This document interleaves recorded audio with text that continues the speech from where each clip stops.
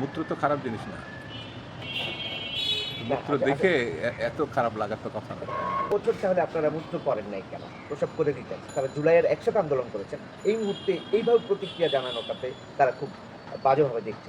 যারা এই বোধের মধ্যে নাই, আওয়ামী লীগের কাছে টাকা নিয়ে বিএনপি রাজনীতি করছে, তাদের তো এছাড়া আর অন্য কিছু বোঝানোর কোনো সুযোগ নাই।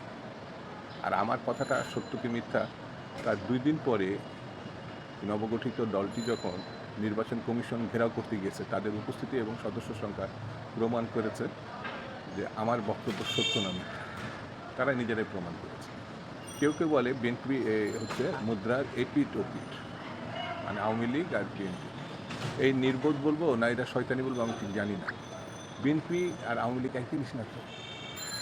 আওয়ামী লীগ একটি স্বৈরতান্ত্রিক রাজনৈতিক দল, ফ্যাসিস্ট রাজনৈতিক দল, খুনিদের রাজনৈতিক দল, লুটপাটকারীদের রাজনৈতিক দল। আর বিএনপি হচ্ছে ১৫ বছর ধরে গণতন্ত্র প্রতিষ্ঠায় আগ্রহী ৬০ লক্ষ মামলার আসামি, ২.৫ লক্ষ মামলা।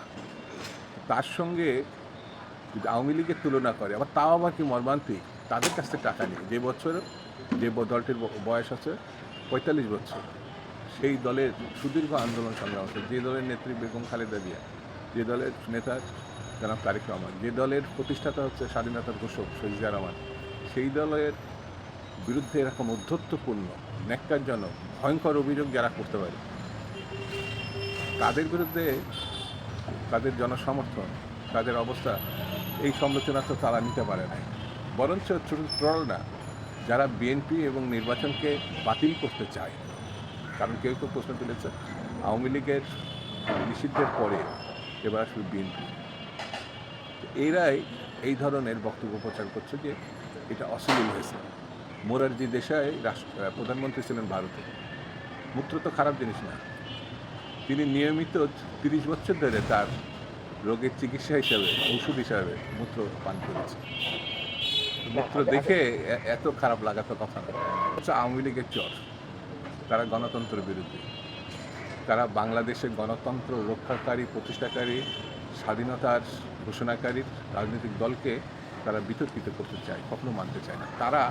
এরা যারা মুক্তিযুদ্ধের বিরোধিতা করছে ৭১ সালে, যারা খুনি হাসিনার কোনো না কোনোভাবে প্রতিষ্ঠা করতে চায়, সেই দলের সঙ্গে বিএনপি যখন ইন্ট্যাক্ট করতে চায়, এগুলো খারাপ লাগেনি। তারা জেনে বুঝে এই কথাগুলো বলছে যাতে বিতর্ক সৃষ্টি করা যায়। খালি ইলেকশনের কথাটা তারা বলছে না।